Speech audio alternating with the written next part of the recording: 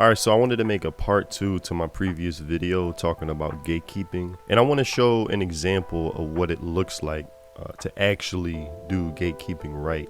And I saw most people agreed with what I was saying, sharing the same sentiment that if you want to preserve your hobby or interests, especially in today's time, it takes gatekeeping, making sure the people who are put in charge of these roles to bring this art or whatever you love to life, to make sure they do it with respect and treat it with respect, treat it with care. When it comes to voice acting, embodying the character in a live action, whatever writers are in charge, to make sure they stay true to the lore. And I'm gonna use Entourage as an example of when Vincent Chase has to go to Comic-Con because he gets the role of Aquaman and he has to go through an approval process from the fans. But before I go to that, I want to go back to the example that I used in the video for the Villain Zone Zero game, the voice actress who doing the English dub voice for Yuzuha. She was saying, Yuzuha is our most precious angel with the lesbian flag in the background. And she claimed that, she claimed ignorance, saying that this was accidental when the fans started calling her out like, hey, don't push your agenda on our beloved games. You're a voice actress, you're somebody who has pull working on the inside that can potentially influence the makeup of a character, and fans called her out for it. And I saw some people in the comment section saying, oh, the fans were being too harsh. Not most people actually got the point, but some people were saying the fans were being too harsh, and that's kind of part of gatekeeping. You kind of have to be harsh. You have to make it to the point where if these people choose to embody these characters and they choose to adopt these roles, they should be at the mercy of the fans. They should always be looking to seek the fans' approval, because without the fans, they don't have a job in the first place, and they shouldn't be just disrespected. Because if these people who take on these roles or these positions, if it's the people writing, it's the people in charge of the development of the game, to make sure everything stays true to the lore, they should make it their duty to always stay on their P's and Q's and stay on point. Because if you don't, that's how you get a Jamie Marchi, where she feels entitled to the character. She feels like she is the character. The character is hers to own and do with what she wants to do with however she pleases. That's how you get localization errors, not even errors, that's how you get corrupt localization, where they change the writing because they feel as if it's theirs and not the fans and not the people who actually created these characters and these stories. So you sort of can't have it both ways. And the reason why I want to use this example from Entourage is, if anybody isn't familiar with this, it's a show basically kind of inspired by Mark Wahlberg's life in Hollywood, not growing up, but when he first got introduced into Hollywood, he was with his crew. And Vincent Chase right here with the sunglasses, he's like the main star of the show. This is his brother, Johnny Chase, and these are his friends back from Queens, I think, New York.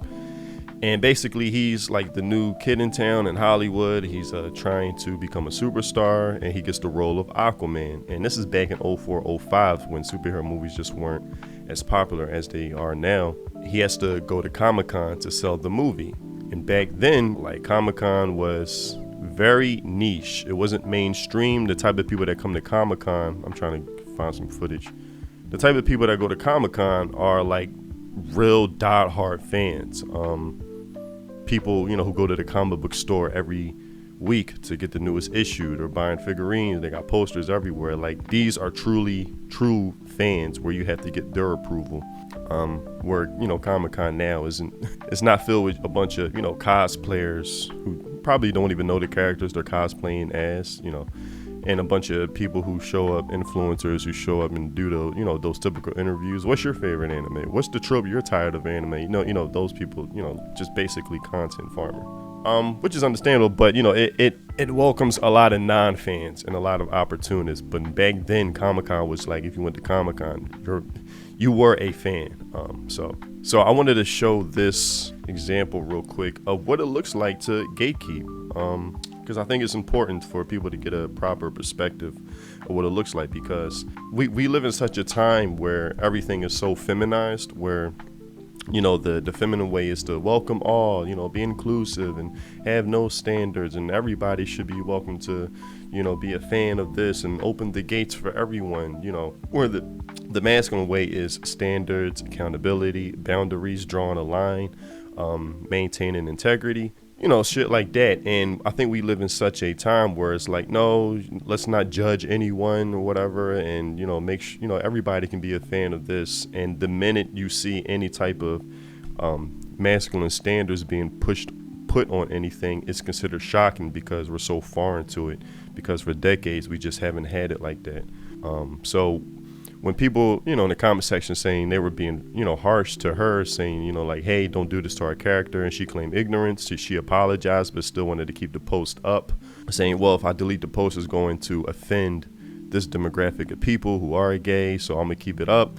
And it shows that she's more loyal to potentially offending people of a certain demographic rather than offending the people of the actual fan base that she's embodying the role of, where she wouldn't have a job in the first place.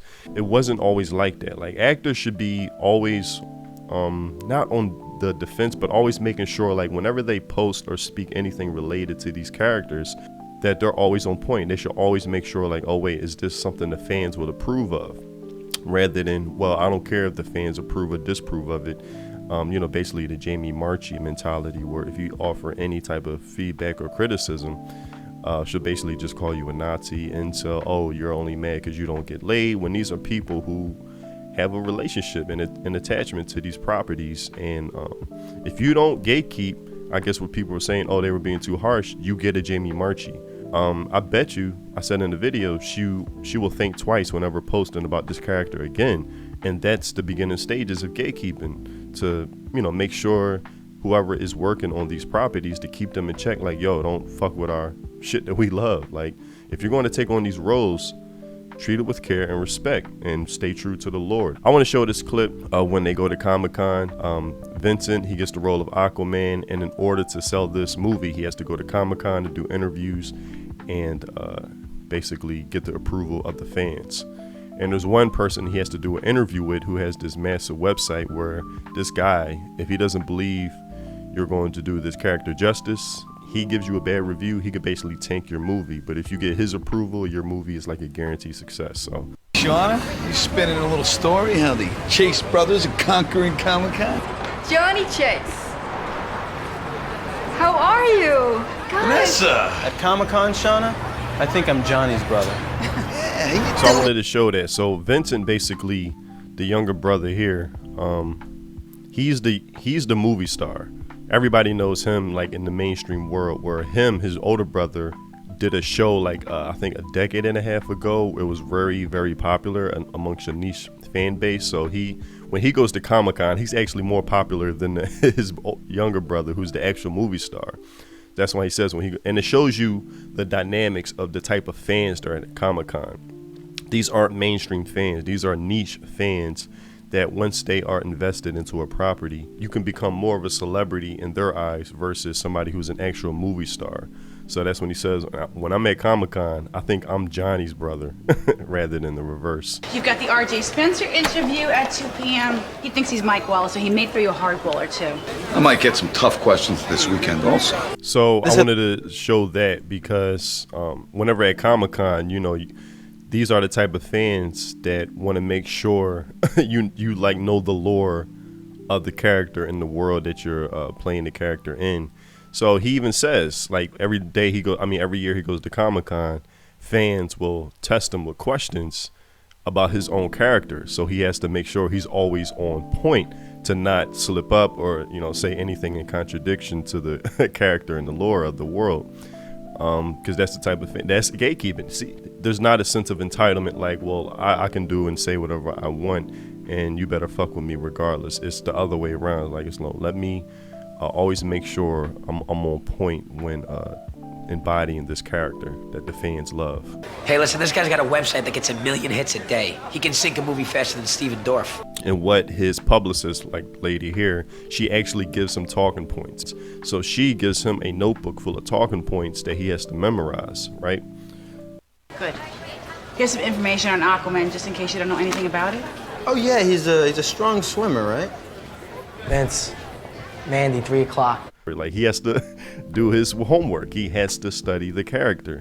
And this was considered like a rite of passage. This was considered part of playing the character, not just, nowadays. When I remember Peacekeeper, I'm hearing about when John Cena got his own show as Peacekeeper, and John Cena wanted to make sure he was doing his character justice, so he said he's going to read the comic books. And I think it was James Gunn in charge of that project, and James Gunn basically said, hey, don't worry about that. We're not going to be true to the lore or whatever. We're just we're basically just going to utilize this character to make a show and just be goofy and comedic about it. And it shows you it's the reverse mentality nowadays, where like they want to take like a character that's like semi-popular or just flat out popular, or massively popular, I should say, and just kind of utilize the establishment of that character and to kind of do what they want to do with the character, rather than keeping or staying true to the integrity of the world of that character. So I just want to give an example, like how here he is going the opposite way. Like, no, let me make sure I memorize these talking points, even though I really don't care to do this. But I understand this is part of my job. I got to make sure I, go through the rite of passage of the fan. So let me study these notes in order to make sure I know the lore of the character. So I want to skip to the scene where he is actually doing the interview. And of course, this is shit he just learned. He just learned like a second ago, but he has to make it seem like he grew up learning the character, right? So at least he's making an attempt to come off like he's always been a fan since childhood of this character, right? So I just want to show a quick clip of this. So, Vince, have you always been a fan of Aquaman? Oh, yeah. Since I was a kid. But I have to say, it really took hold for me when Freydon started doing the illustrations. I think it took a woman's point of view to really capture Aquaman's sensitivities. Yes. He's good. Best. So you see that? Now, of course, this is something he learned like either last night or that morning while at Comic-Con. And so he has to get the approval. He has to make sure whenever asked a question, he's on point whenever answering it. It was only a myth that Viking helmets had horns on. One picture, please. $40 for the exclusive. You see that? You see how he answered that? I mean, you see how he offers some like knowledge or whatever. The fans appreciate that. It shows that you care, and that you're like somewhat passionate about the character or the world. $40 for the exclusive. Done. Nah, I'll do it for nothing, because you guys are real fans. Can I get one Viking call? Come on, we're in civilian. He knows they're real fans, so he's one of the love is reciprocal, right? I don't want to. The love is reciprocal, right? He's like, nah, I'm not going to charge you for a quick photo. You guys are real fans. I actually appreciate that. So the love is reciprocal. This is how much back then you had to always make sure you was on point. He's going to ask Turtle, like, hey, test him on basically quiz him to make sure he's still on point when it comes to answering these questions that the fans are going to throw at him all the time. Test me again. Come on, drama, you're ruining my weekend. Come on, these fans will tear me apart if I don't know this shit. You hear that? Now that's that's gatekeeping, right? That's a form of gatekeeping, ridicule, shame, and like he said, he knows he's at the mercy of the fans. He understands that without them, he wouldn't have a gig. And he's somebody who's considered in Hollywood like a washed up actor. So whenever he goes to Comic-Con, he gets that boost of like he's still the man when he goes to Comic-Con, because he's respected amongst a certain tier of fan base or class of fan base. So he knows that, if he doesn't stay on point with knowing the lore, with fans asking questions, they'll tear him apart. He's not entitled to their love or their respect. He knows that's something he has to earn at all times. And like I said, that if you don't have this, you'll have a Jamie Marchi where they just don't give a shit, and they feel as if they are entitled to the character and they're entitled to you as a fan and your dollar and your viewership or whatever. Who is your mortal enemy? Thorfinn Skull Splitter. Next. I can only imagine how Comic-Con was back then. I never went to Comic-Con back then, but man, I would have loved to see this Comic-Con versus like a now Comic-Con. All right, so let me see. So here, okay, so here's a good example of when, like, you know, he's at his booth and fans want to, you know, quiz him real quick. Where was Torvald born? It's easy, Orkney. No, it's Northumbria. Fucking turtle. This man Turtle set him up. And yeah, Turtle set him up with a wrong answer. But you can automatically see the shame in his face, like, oh, damn it. And that's good. Like, he should feel the shame. Like, he should feel that shame. How could you not know where you were born? See that? The fans like, this is the equivalent of a tweet sent out to the actor or voice actress. That's the equivalency, right?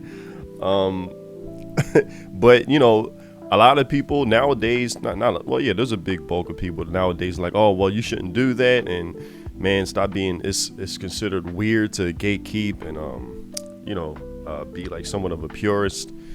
And I disagree. I think this is necessary. And you see the automatic shame in his face, like, oh, damn it, I'm not living up to fans' expectations.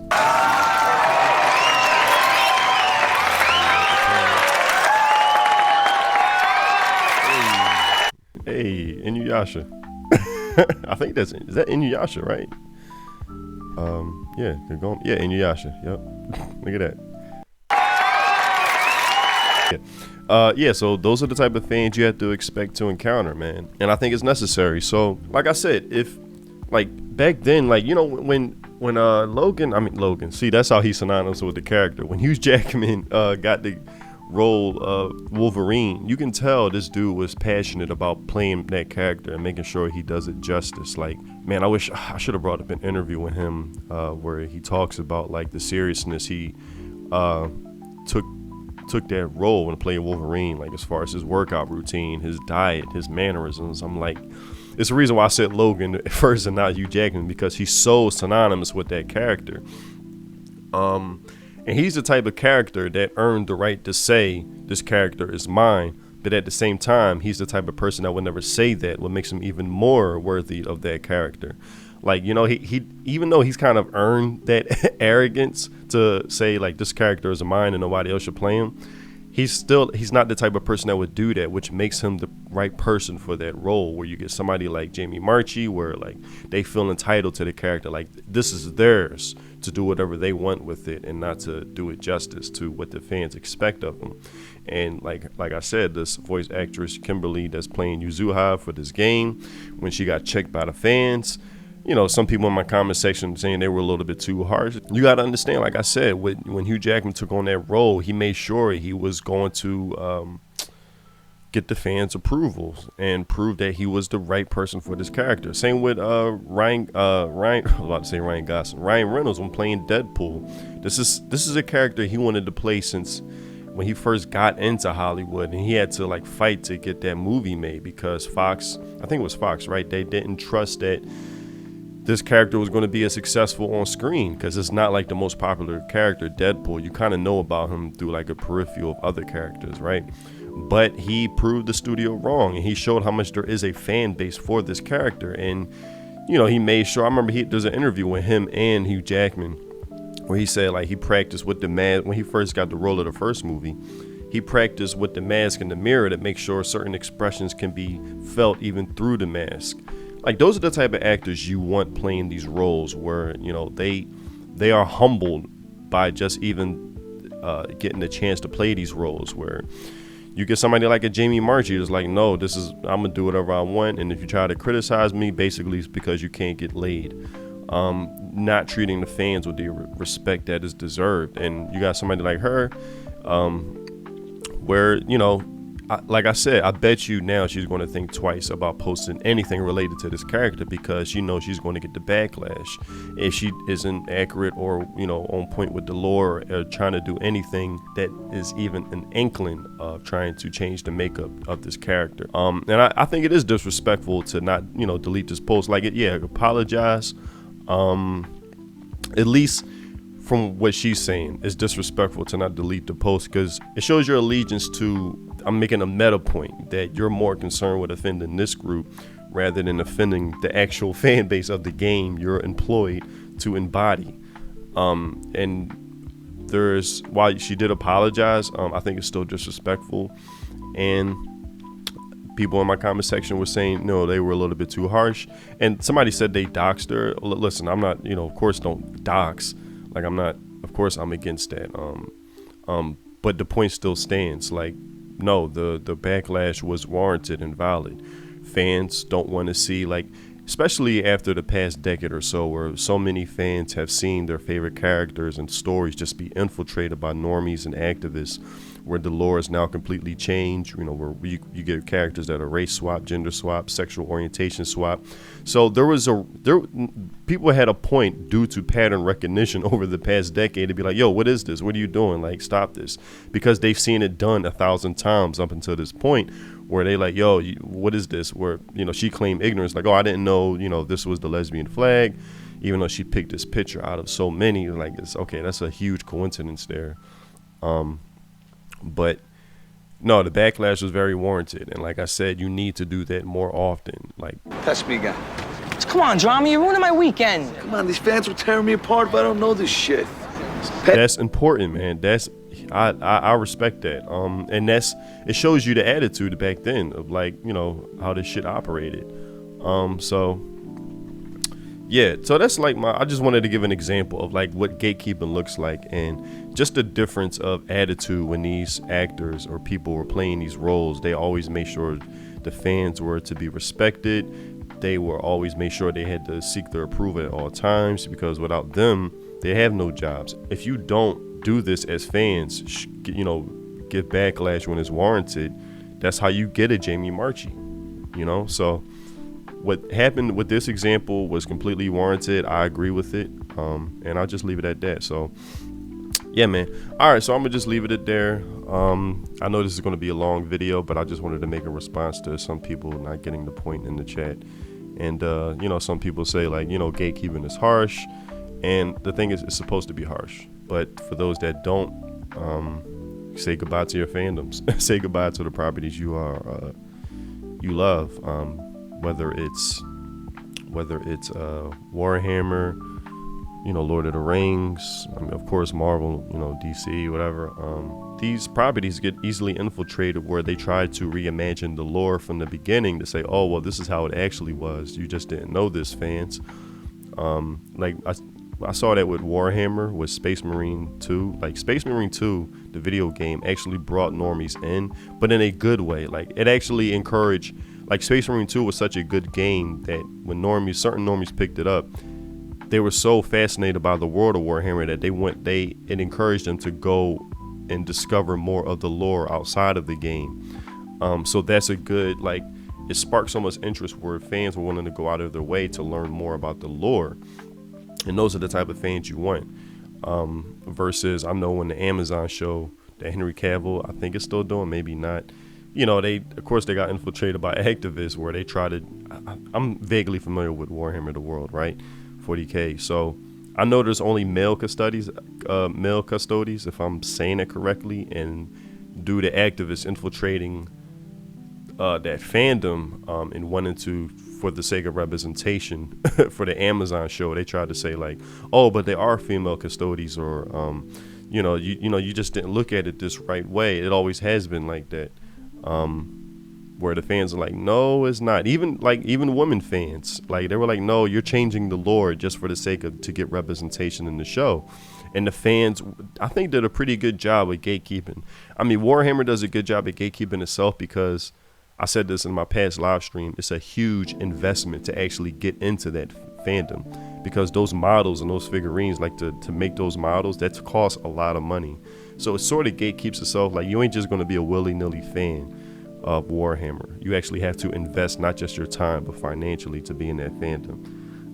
But I'm glad the Warhammer fandom fought back, like, no, stop trying to change shit just for it to be politically correct for your Amazon shit show that's occurring. So I think they did a good job with that. And that's how this shit gets infiltrated. You have to be harsh. You have to make sure they're seeking your approval. You have to make sure these actors and these writers that try to get underneath these characters, you have to make sure they're always on their P's and Q's to not basically fuck up what the character is, the character that you love or the property that you love. And so I think it's necessary. So all right, I'm gonna leave it there. Appreciate all you guys watching. This is going to be a long one, but yeah, man, thanks for watching, and I'll see you in the next video. Free think. Peace.